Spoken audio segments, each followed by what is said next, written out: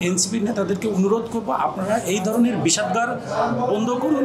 যদি বন্ধ না করেন তাহলে রাজনীতিতে আপনাদের জন্য কোনো সুখবর নেই, কোনো ভালো নিউজ নেই আপনাদের জন্য। ছাত্র সমন্বয়ক নামধারী নেতারা সারাদিন জেলা অফিসে, থানা অফিসে, এসপি অফিসে বসে থাকে এই তদবির বাণিজ্যের জন্য, চাঁদাবাজির জন্য। নাসিরউদ্দিন পাটোয়ারি খুবই সুপরিকল্পিতভাবে বিভিন্ন জেলায় যে তাদের প্রোগ্রামে ওই জেলার যে জনপ্রিয় বিএনপি নেতা তাকে টার্গেট করে এই যে কুৎসা রটায় বা কখনো হুমকিমূলক অপপ্রচার করে, আসলে এটা তার টোটালি রাজনৈতিক শিষ্টাচার বহির্ভূত। নতুন দল হিসেবে এনসিপি যখন আত্মপ্রকাশ করলো তখন কিন্তু আমরা তাদেরকে সাধুবাদ জানিয়েছিলাম, কিন্তু দুর্ভাগ্যজনক হলেও সত্য যে এনসিপি কোনো এক দলের দ্বারা প্ররোচিত হয়ে বিএনপির বিরুদ্ধে প্রতিনিয়ত কুৎসা বা মিথ্যাচার রটাচ্ছে। গতকাল এনসিপি নেতা নাসিরউদ্দিন পাটোয়ারির নেতৃত্বাধীন আমাদের বিএনপি নেতা সাবেক স্বরাষ্ট্র প্রতিমন্ত্রী লুৎফুজ্জামান বাবরকে নিয়ে যে মন্তব্য করেছেন, যে বক্তব্য দিয়েছেন, এটা চরম দৃষ্টান্তমূলক আচরণ। আসলে উনি মানে মিথ্যাচার করেছেন। লুৎফুজ্জামান বাবর তো এই অস্ত্র বাংলাদেশে নিয়ে আসেননি, কিন্তু উনি ওনার বক্তব্যে বলেছেন বান্ডেল থাকলে প্রতি সেনমানিতে টাকা বাঁচবে। বিকাশ সেনমানি বান্ডেল কিনে জিতুন প্রতি লেনদেনে। যে অস্ত্র ডিল করতে পারবে না তা এনেছেন কেন, তার মানেটা কি বোঝায়? যে উনি বাংলাদেশে অস্ত্র নিয়েছেন, কিন্তু ঘটনা হচ্ছে যে বাংলাদেশে একটা বিচ্ছিন্নতাবাদী গোষ্ঠী এই অস্ত্র নিয়ে এসেছে, কিন্তু উনি সেটা লুৎফুজ্জামান বাবরের উপর চাপিয়ে দিয়েছেন। এটা আসলে জঘন্য মিথ্যাচার এবং এটা খুবই রাজনীতির জন্য একটা ভয়ানক ব্যাপার।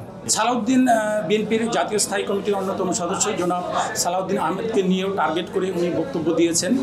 উনি বলেছেন যে শিলং থেকে একজন নেতা বাংলাদেশে এসেছেন। সালাউদ্দিন ভাইয়ের বাড়ি কি ভারতে নাকি?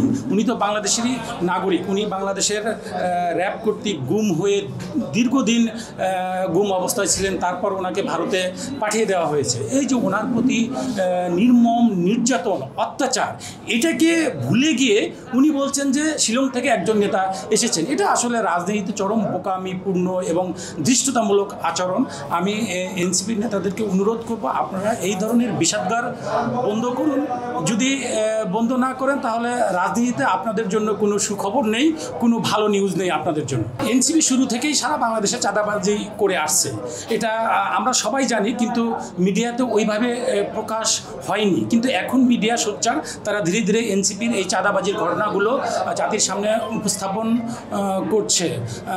আমি অবাক হয়ে গেলাম যে গতকাল বৈষম্যবিরোধী ছাত্র আন্দোলন সারা বাংলাদেশের সকল কমিটি একযোগে স্থগিত করেছে। এটা বাংলাদেশের রাজনীতির ইতিহাসে একটি যুগান্তকারী ঘটনা যে একটি সংগঠনের জেলা পর্যায়ে, থানা পর্যায়ের সকল কমিটি একযোগে স্থগিত হয়। তাহলে এর থেকেই বোঝা যায় যে এনসিপির নেতারা প্রতিটা থানা, প্রতিটা জেলায় যেভাবে চাঁদাবাজি করছে, এটা আসলে অবর্ণনীয়, ভাষায় প্রকাশ করা যায় না।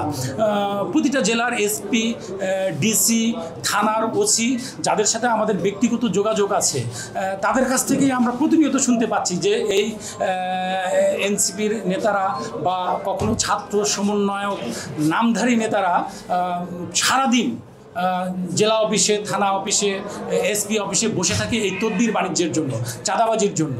কাজেই আসলে এটা আমাদের জন্য দুঃখজনক যে একটি নতুন রাজনৈতিক দল গঠন হওয়ার পর থেকেই চাঁদাবাজিতে জড়িয়ে যাচ্ছে, বা তারা অন্য একটি দল, যে দলের বাংলাদেশে কোনো ইমেজ নাই বা যাদেরকে বলা হয় যে স্বাধীনতা বিরোধী দল, তাদের দ্বারা প্ররোচিত হয়ে এই কাজ করছে।